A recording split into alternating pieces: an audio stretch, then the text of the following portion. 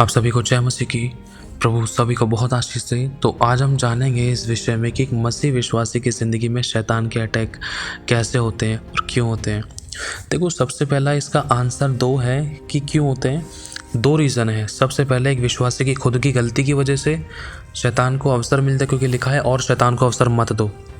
दूसरा, परमेश्वर शैतान को कई बार अलाउ करता है, हमारे ज़िंदगी में भेजता है कि जा इसको परख। इसकी ज़िंदगी में कहीं ना कहीं बहुत सारी बुराइयां हैं, गलत बातें करता है, विचार है, व्यवहार है, गलत शब्द हैं, इसके गलत काम है या गलत प्रकार की अभिलाषाएं हैं। इसलिए जा इसकी ज़िंदगी में जा और काम कर। कई बार परमेश्वर शैतान को हमारी ज़िंदगी में काम करने के लिए अलाउ करता है, आज्ञा देता है। क्यों? कारण ये है कि हमारी परख होने के द्वारा हमारे अंदर के सारे वो खोट खमीर बुराइयां निकल जाएं। जैसे सोने को आग में तपाया जाता है ना, सोने की परीक्षा आग से होती है तो सोने का खोट निकल जाता है। सोना भस्म नहीं होता है, लेकिन सोने का रूप बदल जाता है। तो इसी प्रकार से अगर हमारी ज़िंदगी में कोई भी बुराई, खमीर या कमियाँ या लोमड़ियाँ या किसी प्रकार की ऐसी कोई टिड्डियाँ या कोई बुराइयाँ, कोई मक्खियाँ हमारी ज़िंदगी में काम करती है, जो हमारी ज़िंदगी को ख़राब कर रही थी, बर्बाद कर रही थी, बेकार कर रही थी, खुदा से दूर कर रही थी, एक अच्छी ज़िंदगी नहीं जीने दे रही थी, हमारी ज़िंदगी का कोई भी ऐसा स्वभाव था, तो खुदा उसको निकालने के लिए कई बार शैतान को हमारी ज़िंदगी में अलाउ करता है। या कुछ ऐसे लोगों को हमारी ज़िंदगी में रखता है एक कांटे के समान, ताकि जब हम परखे जाएं तो हर बात में नम्र और दीन और पवित्र और निर्दोष निकलें और नम्र बने। क्योंकि अगर हम पढ़ते हैं, परमेश्वर ने फ़िरौन का मन कठोर किया था ताकि मूसा के द्वारा बड़े बड़े काम करे, इजरायलियों के बीच बड़े बड़े चमत्कार करे। तो कई बार हमारी ज़िंदगी में परमेश्वर परीक्षाएं होने देता है। खुदावन हमारी ज़िंदगी में ऐसे लोगों को भेजता है, खड़ा करता है, ताकि हम परखे जाएँ। और उस परख में कहीं हमारे ज़ुबान से गलत विचार, व्यवहार, काम, शब्द और शैतान के काम तो नहीं कर रहे हैं, कुछ ऐसा व्यवहार तो नहीं करे जिससे कि खुदा का दिल दुखी या कोई ठोकर खाए, या फिर हम नम्र बन रहे हैं, उस परीक्षा में खरे निकल रहे हैं, है ना। एक परीक्षा है परमेश्वर की ओर से, जो प्रभु अपने लोगों को परखता है। सही होने के बाद भी वो परीक्षाएं होती हैं। दूसरा, हमारी खुद की गलती के कारण लिखा है और शैतान को अवसर मत दो कि वो तुम्हें फाड़ खाए, हमारी खुद की गलती की वजह से, है ना। अब इस वाले पॉइंट को हम पकड़ेंगे, हमारी खुद की गलतियाँ क्या होती है। देखो, बतेरे तरीके से शैतान अटैक करता है। देखो, कई सारे हज़ारों तरीके हैं, जिसमें से मैं कुछ बातें आपको बताना चाहूँगा, प्रभु का आत्मा आपको बताएगा। सबसे पहला, अगर एक विश्वासी अपनी ज़िंदगी में चंगाई नहीं देख पा रहा, छुटकारा नहीं देख पा रहा, आशीष नहीं देख पा रहा, बरकत नहीं देख पा रहा, कामों में रुकावट है, गड़बड़ियाँ है, विरोध है, बहुत सारी चीज़ों में कहीं ना कहीं वो रुकावट देखता है। कब? जब वो अपनी तरफ से सब कुछ अच्छा करता है, तब भी अगर वो कहीं ना कहीं रुकावट देख रहा है और गड़बड़ियाँ देख रहा है, उसका काम सफल नहीं हो पा रहा है सब कुछ अच्छा करने के बाद भी, तो कहीं ना कहीं यहाँ पर ये शैतान का अटैक है। कहीं ना कहीं शैतान गड़बड़ियाँ फैलाता है, आपकी उन्नति में, तरक्की में आपको नहीं पहुंचने दे रहा है ना। ये भी शैतान का अटैक है। और दूसरा, शैतान कई बार किस तरीके से अटैक करता है, जैसे मान लो एक विश्वासी किसी व्यक्ति के लिए प्रार्थना कर रहा है, उसके सर पे हाथ रख के। अब जब सर पे हाथ रख के दुआ कर रहा है, या किसी ऐसे व्यक्ति के लिए प्रार्थना कर रहा है जो दुष्ट आत्मा ग्रसित है, उसने दुष्ट आत्मा तो निकाल दी, लेकिन एक विश्वासी का खुद का जीवन पवित्रताई का नहीं है, तो वो दुष्ट आत्मा सामने वाले से निकलकर कहीं ना कहीं उस विश्वासी को खुद अटैक कर सकती है। किस रूप में? दर्द के रूप में, बीमारी के रूप में, घटी के रूप में, आंसू के रूप में, या जब वो अपने घर पर आए तो घर में हो सकता है कि लड़ाई दंगा हो। बाहर दुष्ट आत्मा निकाल कर आए हैं, उसके बाद घर में लड़ाई दंगा हो गया, घर में विरोध हो गया, घर में खुद से विरोध करने लग गए, या घर में गुस्से वाली गंदी आत्मा काम कर रही है, या अभिषेक को खराब करने वाली गंदी आत्मा काम कर रही है। घर में 4 लोग विरोध कर रहे हैं, 4 लोग बुराइयां कर रहे हैं, कमियां निकाल रहे हैं, ठट्टा कर रहे हैं, अनादर कर रहे हैं। थोड़ी देर पहले ही अभी दुष्ट आत्मा निकाल कर आए, किसी के लिए प्रार्थना करके आए हैं, लेकिन उस दौरान हमसे कुछ ऐसी गलतियां हो गई हमारे शब्दों से, विचारों से, व्यवहारों से, जिसके कारण वो दुष्ट आत्मा हमारे ऊपर अटैक करी। और जैसे हम घर पे पहुंचे, सामने वाले किसी व्यक्ति की दुष्ट आत्मा निकाल कर हम घर पे पहुंचे, तो होता क्या है कि हम देखते हैं घर में कहीं ना कहीं कुछ ना कुछ थोड़ा बहुत माहौल गड़बड़ाने लग रहा है। तो ये दुष्ट आत्मा का अटैक है। कैसे गड़बड़ाने लग रहा है? कहीं ना कहीं प्यार प्रेम में कुछ खटास दिखाई दे रही है, कड़वाहट दिखाई दे रही है, विरोध हो रहा है, या घर में लड़ाई होना शुरू हो गई, या कुछ नुकसान हो गया, कुछ चोरी हो गया, कुछ खो गया। कुछ ना कुछ तरीके से शैतान अभिषेक को खराब करने के लिए पूरा एड़ी चोटी का जोर लगाएगा। ये दुष्ट आत्मा के अटैक है, हमारे साथ हुआ है, इसलिए मैं आपको बता रहा हूँ। तो ये तरीके हैं शैतान एक विश्वासी की जड़ों को खराब करना चाहता है, जड़ों को गलाना चाहता है और वो जड़ से ही बीज बोने की कोशिश करता है, क्योंकि शैतान को पता है अगर ये घर की बातों में उलझा रह जाएगा तो ये बाहर किसी के लिए प्रार्थना करने के लिए नहीं जाएगा। इसलिए इसको घर की बातों में ही उलझा दो, घर की टेंशन चिंता परेशानियों से इसको इतना दबा दो कि खुलकर किसी के लिए दुआ ना कर पाए। अगर कर भी रहा है तो उसके मन में ऐसी बात विचार व्यवहार रहे जो शैतान की ओर से है, विरोध रहे, कड़वाहट रहे, जिसके कारण अगर किसी की दुष्ट आत्मा निकालता है वो दुष्ट आत्मा का अटैक किसी के ऊपर जाए। क्यों? क्योंकि इसके मन में बुराइयां भरी हुई है इसके घर वालों के प्रति, और ये जैसे ही दूसरों की दुष्ट आत्मा निकालता है तो अपने घर में धमाके को देखे। ये शैतान की सबसे बड़ी चालें होती हैं। और हमारा प्रभु कहता है कि जैसा तू मन में सोचे वैसा तू है, तो सोच कर देखो। जब हम मन में किसी के प्रति कुछ भी सोच लेते तो वैसे हम बन जाते हैं। लेकिन प्रभु कहता है कि हमारे अंदर मसीह का मन है। अगर हम ऐसे उलझाने वाली वस्तु, रोकने वाले पाप, ऐसे विचारों को बांध कर मसीह का आज्ञाकारी बनाए, खंडन करें, नष्ट करें, तो हम आज़ादी को देखते हैं। अब दुष्ट आत्मा के अटैक जैसे कि बताया आपको बहुत प्रकार के हैं। जैसे अब मान लो किसी ने किसी के ऊपर हाथ रख के दुआ कर दी, अब वो किसी के पेट में दर्द हो रहा था, अब उसका पेट दर्द तो ठीक हो गया लेकिन अपने सर में दर्द होना शुरू हो गया, तो ये दुष्ट आत्मा का अटैक है। मान लो किसी के डॉक्यूमेंट्स के लिए प्रेयर करी, किसी के किसी भी लाइफ के किसी भी हिस्से के लिए प्रेयर करी, तो हमारी ज़िंदगी में या तो हो सकता है वही सेम अटैक दिखाई दे, या फिर ऐसा हो सकता है उसी से मिलता जुलता या कोई छोटा अटैक दिखाई दे। मान लो हमने किसी किडनी पेशेंट के लिए प्रेयर करी है, अब प्रेयर करिए और हमारा जीवन आज्ञा पालन का अच्छे से नहीं है, बहुत ज़्यादा पाप में जीवन है, लेकिन फिर भी हमने किसी किडनी पेशेंट के लिए प्रेयर कर दी है और फिर भी हम गलत उसमें जी रहे हैं, तो कहीं ना कहीं वो दुष्ट आत्मा वहाँ से निकल कर अटैक कर सकती है। क्योंकि शैतान को इस बात से बहुत जलन है कि उस दुष्ट आत्मा को उस व्यक्ति के शरीर में से क्यों निकाला गया, जिसने निकाला फिर वो उसके पीछे पड़ने की कोशिश करती थी। अब वो किसी न किसी तरीके से फिर उस मसीह विश्वासी को परेशान करती है। कैसे? या तो कोई दर्द देगी, या टेंशन देगी, या उसको डराएगी, या उसको गलत सपने, गलत दर्शन दिखाएगी, व्यभिचार के दर्शन दिखाएगी, या किसी न किसी तरीके से उसको इतना डरा देगी, उसको इतना डिमोटिवेट कर देगी कि वो विश्वासी चाहकर भी कोशिश ना कर सके कि वो किसी के लिए प्रार्थना करे या किसी की दुष्ट आत्मा निकाले। समझ रहे हो?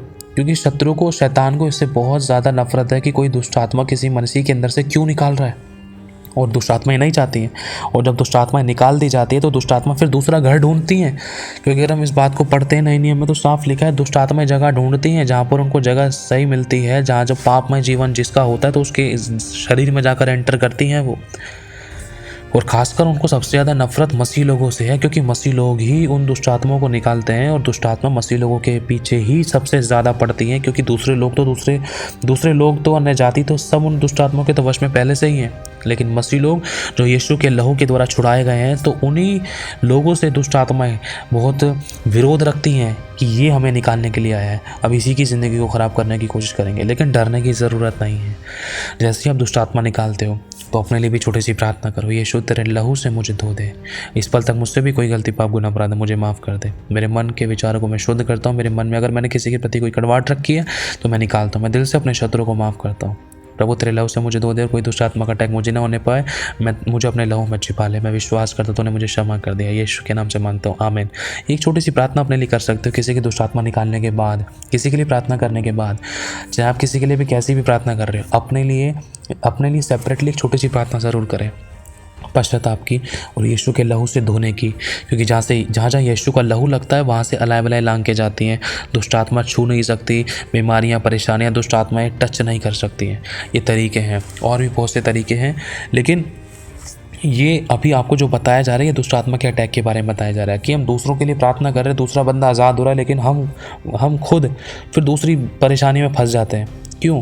क्योंकि कई बार हम विश्वासियों का जीवन सही आज्ञा पालन का नहीं हो पाता था। हम दूसरों के लिए प्रार्थना तो कर रहे हैं, लेकिन सामने वाले को नहीं पता कि हमारा जीवन कैसा है, कितना पापमय है, कितना ठट्ठे वाला है, कितना व्यभिचार वाला है, कितना गलत और गंदे काम वाला है, कितना टीवी फोटो सीरियल्स देखने वाला है, कितना गेम खेलने वाला है।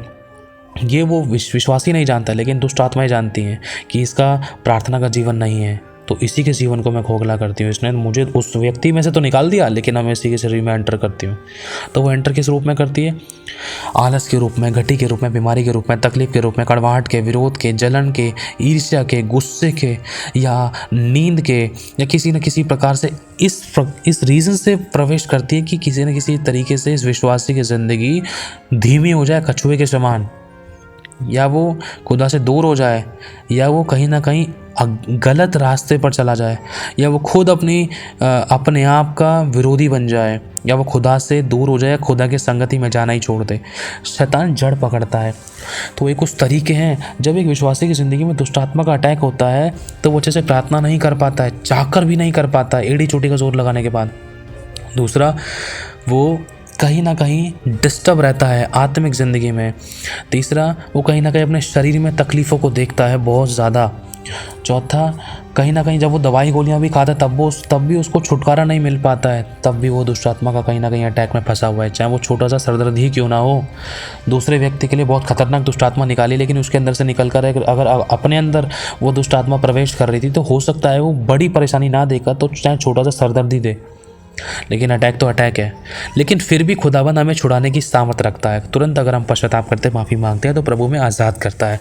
जब हम यीशु के लहू से अपने आप को धोते हैं, अपने मन के विरोध को निकालते हैं, तो प्रभु में आज़ाद करता है। डरने की ज़रूरत नहीं है। अरे दुष्ट आत्माओं तो हमारे वश में है, आप डरना मत। ये मत सोचना मैं किसी के लिए प्रार्थना नहीं करूँगी। अगर हम दूसरे की खेती नहीं सींचेंगे तो हमारी खेती कौन सींचेगा?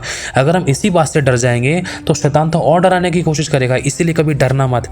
आपको पवित्रता में, नम्रता में, प्रेम में, उसकी आज्ञाओं में और मजबूत और दृढ़ बनना है, ताकि शैतान आपको छूने भी ना पाए। कोई परफेक्ट नहीं है संसार में। गलती मुझसे भी हुई है, हम सबसे जो सुन रहे हैं उनसे भी हुई होगी। पवित्रता का बहुत जो जीवन जी रहे, जो तुम्हें लगता है सोशल नेटवर्किंग मीडिया पे ये बहुत पवित्र होगा, देखो उनसे भी गलतियां हुई हैं। इसीलिए बस एक बात प्रभु कहता है कि धर्मी चाहे 7 बार गिरे तब भी वह उठ खड़ा होगा, क्योंकि यहोवा उसे संभालता है। कहने का मतलब यह है प्रभु उसका कि अगर तू दूसरों की भलाई करते करते अगर तू खुद पाप में गिर गया, कोई बात नहीं, पश्चाताप कर, मन फेरा, जहाँ से गिरा है वहीं से उठ, अपनी गलती को स्मरण कर, दोबारा से वो गलती ना हो, उसको दोबारा जान के ना दोहरा। अपनी तरफ से पूरा इच्छा रख बदलना चाहता हूँ प्रभु, मुझे बदल, चेंज कर, change my life, change my words, change my mind and thoughts and revelations. मेरे विचार और दर्शन, स्वप्न को बदल दे खुदा, बदल दे। मैं बदलना चाहता हूँ। जो बदलना चाहता है खुदा उसको बदलेगा। चाहे आप कितने भी बड़े पास्टर हैं, चाहे आप रोज़ गिर रहे थे, चाहे आपको रोज़ दुष्ट आत्मा के अटैक हो रहे थे, अगर आप रोज़ बदलना चाह रहे हो और बदल भी रहे हो, एड़ी चोटी का जोर लगाकर आप पाप से दूर रहने की कोशिश करो, तो खुदा आपको ज़रूर बदलेगा। चाहे आप रोज़ गिर रहे थे, चाहे मैं रोज़ गिर रहा था, लेकिन मैं इच्छा रखता हूँ खुदा मुझे बदल, मैं बदलना चाहता हूँ। अब ये नहीं कि मैं शैतान दुष्ट आत्मा के अटैक के डर से मैं किसी के लिए प्रार्थना ना करूँ। प्रभु अगर मैं दूसरों की खेती नहीं सोचूंगा तो प्रभु कौन सींचेगा? तूने मुझे भेजा है, तूने मेरे हाथों में वो आत्माएं रखी है, तूने मेरे साथ उन लोगों को जोड़ा है। जब तूने मुझे वो प्रार्थना का विषय दिखाया तो वो प्रार्थना मुझे करनी है, इसलिए वो प्रार्थना का विषय मेरे सामने आया, इसलिए वो व्यक्ति मेरे सामने आया, इसलिए उसने मेरे लिए इसलिए उसने मेरे पास फ़ोन करा है, इसलिए उसने मेरे पास मैसेज करा है, इसलिए उसने मुझसे पूछा है, बोला है, बतलाया है, ताकि मैं उसके लिए प्रार्थना करूं। अगर मैं दुष्ट आत्मा के अटैक के डर से प्रार्थना नहीं करूंगा तो प्रभु शैतान हावी का हो रहा था। समझने की कोशिश करना, आपको छुड़ाने वाला सामर्थ्य है। आपको परमेश्वर से डरना है। लिखा है उससे मत डरो जो शरीर को घात कर सकता है, उससे डरो जो आत्मा को नरक में डाल सकता है। अरे ये बोलो कि मेरा छुड़ाने वाला निश्चय यहोवा जीवित है। अब दृढ़ता से प्रार्थना करो। कोई बात नहीं, आज गिर गए, लेकिन ध्यान रखना शैतान आपकी जान नहीं ले सकता। ध्यान रखना शैतान परमेश्वर की इच्छा के बिना आपकी सांसों को ख़त्म नहीं कर सकता है, ना मेरी। परमेश्वर की ओर से हमारी सांसें, हमारा चलना फिरना, उठना बैठना, खाना पीना, सोना जागना, एक एक सेकंड, एक एक चावल का दाना हमारे लिए नियुक्त है। ये पवित्र शास्त्र हमें बताता है। ध्यान रखना हमारा गिरना भी परमेश्वर की ओर से एक योजना में है। हमारा गिरना दूसरे की भलाई का उद्धार का कारण बनता है। देखो मेरा गिरना आपके लिए छुटकारे का कारण बना। जब मैंने अनुभव लिए, मैं गिरा, मैं आंसू में था, तो उन अनुभवों के द्वारा मैं आपको सिखला, ये प्रभु का आत्मा आपको बता रहा है कि जैसे मैं गिरा वैसे आप ना गिरो। उन बातों के द्वारा आप चौकन्ने और सावधान हो जाओ, ये गलतियाँ आप लोगों से ना हो। अगर हुई हैं तो करेक्शन में आओ, कोशिश करो। प्रभु को पता है कि बच्चा छोटा सा एक बार में चलना नहीं सीख जाता, बार बार गिरता है। इसीलिए अगर आप बार बार गिर रहे हो तो चिंता मत करो, प्रभु आपको उठाएगा, मजबूत करेगा। लेकिन प्रार्थना करना बंद मत करना, संगति करना बंद मत करना, दूसरों के लिए मुंह खोलना बंद मत करना, क्योंकि लिखा है कि तुम दूसरों के लिए प्रार्थना करो। प्रभु ने कहा है जो बीमार है, लाचार है, परेशान है, उनके लिए दुआ करो। अरे हम लोग नहीं करेंगे तो कौन करेगा? अगर वो अपने पापों में, बीमारी, तकलीफों में फंसकर मर गए या खुदा से दूर हो गए तो उसका लेखा कौन देगा? प्रभु ने कहा है देख, जब सामने वाले को चेता दे और बता दे, उसके लिए दुआ कर, प्रार्थना कर, क्योंकि उसके पास इस समय में हमसे ज़्यादा कीमती कोई नहीं है। कहने का मतलब उदाहरण के तौर पर, जैसे कोई इंसान बीमार है, उसके पास प्रभु का वचन नहीं है और हम उस समय उसके पास में हॉस्पिटल में है, तो उसके लिए इस समय हमसे ज़्यादा कीमती कोई नहीं है जो उसको सुसमाचार दे, प्रभु हमारे उद्धारकर्ता प्रभु परमेश्वर के बारे में बताए। तो ये हमारा फ़र्ज़ बनता है कि हम उसको बताएं, ना कि डरें कि कहीं दुष्ट आत्मा का अटैक हो जाए। अरे सब कुछ हमारे परमेश्वर के वश में है, चिंता ना करो। गलती हो भी जाए पश्चाताप करना, लग भी रहा है तुरंत माफ़ी मांगना, और डरने की ज़रूरत नहीं है। अधिकारों का इस्तेमाल करो, बांधो उनको। यशायाह 22:22 में लिखा है, मत्ती 18:18 में लिखा है, लूका 10:19 में लिखा है, यह यहेजकेल 1 का पहला अध्याय और उसकी 5, 7, 8, 9, 10 आयत में लिखा है। यहेजकेल 51 का 20-21 में लिखा है। बहुत सारे कई सारे परमेश्वर की ओर से वचन है। यशायाह 54 का 17 में लिखा है। बहुत सारे वचन अधिकार के लिए, युद्ध के लिए परमेश्वर ने हमें शत्रु को कुचलने के लिए हमें दिए हैं, ताकि हम ना डरें। इसलिए प्रभु कहता है मत डर, मैं तेरे साथ हूँ। चाहे आपको महसूस नहीं हो रहा, लेकिन खुदा आपके साथ है। लेकिन डरना नहीं है, दूसरों के लिए मुंह जरूर खोलना है। खुदाबंद आपको छुड़ाने के लिए तैयार है, आपको बचाने के लिए तैयार है। कब तक दुष्ट आत्मा अटैक करने की कोशिश करेगी? एक बार, 2 बार? जब आप मजबूत हो जाओगे ना, तो शैतान डरेगा, तो आपको देखकर ही डरेगा। जैसे यीशु को देखकर दुष्ट आत्माएं थरथरा कर निकल जाती थी। लिखा है यीशु उनको बोलने का मौका भी नहीं देता था। सोचो, इतना थरथराती थी वो दुष्ट आत्माएं। तो मेरे भाई और बहनों, आपको डरने की जरूरत नहीं है। अपना मुंह खोलो, आपको जय पानी होगी, क्योंकि यही तरीका है।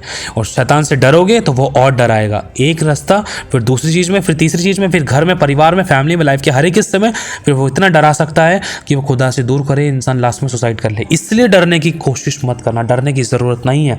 खुदा ने शत्रु को हमारे पैरों तले कुचलवा दी, क्योंकि यीशु ने यह कहा है, जो काम मैंने किया वो तुम भी करोगे, वरन मुझसे बड़े बड़े काम करोगे। प्रभु यीशु ये भी कहता है कि देख, यीशु तेरे साथ है, यीशु तेरे अंदर है, यीशु को तू पहने है, यीशु तुझ में जिंदा है। चाहे भले तुझे लग रहा है कि तेरा जीवन पवित्रता का नहीं है, लेकिन मैं तुझे छुड़ाने और बचाने के लिए मैं तेरे साथ हूँ। मुझे पता है कि तू नहीं है, लेकिन मैं वो कर सकता हूँ। अपने आप को मेरे हाथों में सौंप, पश्चाताप कर, मन फेरा। तो ये तरीके हैं मेरे भाई और बहनों, डरने की जरूरत नहीं है। कैसा भी सिचुएशन है, चाहे हम हाथ रख के दुआ करें या ना करें, पहली बात तो जब तक हमें प्रभु का आत्मा अगुवाई नहीं कर रहा है हाथ रखने के लिए, तो हमें हाथ नहीं रखना है। हम दूर से भी प्रार्थना कर सकते हैं, शब्दों की प्रार्थना कर सकते हैं। चमत्कार करने वाला तो खुदा है, हमारे हाथ रखने से क्या होगा, है ना? तो सोच कर देखो इस बात को। हालेलुया। तो ये दुष्ट आत्मा के और भी बहुत सारे प्रकार के अटैक होते हैं, जो एक विश्वासी को बढ़ने नहीं देते, प्रभु के साथ संगति नहीं करने देते। अगर अब तक भी आपको लग रहा है, तो ये बोलो, यीशु मेरे पाप क्षमा कर। आज वो सारे शैतानी अटैक मेरी ज़िंदगी से हमेशा के लिए ख़त्म हो जाए। तेरे लहू से मैं धोती हूँ अपने आप को। तेरे स्वर्गदूतों का पैर मेरे चारों तरफ लगाती हूँ। तेरे नाम से मैं पवित्र हूँ। तेरे लहू से, तेरे वचन, अधिकार, सामर्थ और आज्ञा के अनुसार अभिषेक से तेरे मैं शुद्ध और पवित्र हूँ और सामर्थ्य हूँ, क्योंकि मेरा छुड़ाने वाला निश्चय जीवित यहोवा है। उसने मुझे छुड़ा लिया है, उसने मेरे क्रूस पर सब कुछ पूरा कर दिया और शैतान को मेरे पैरों तले को चलवा दिया। यीशु के नाम से मैं आज़ाद हूँ, क्योंकि मुझे यीशु ने स्वतंत्र किया है। आमीन। प्रभु आशीष आप सभी को, जय मसीह की।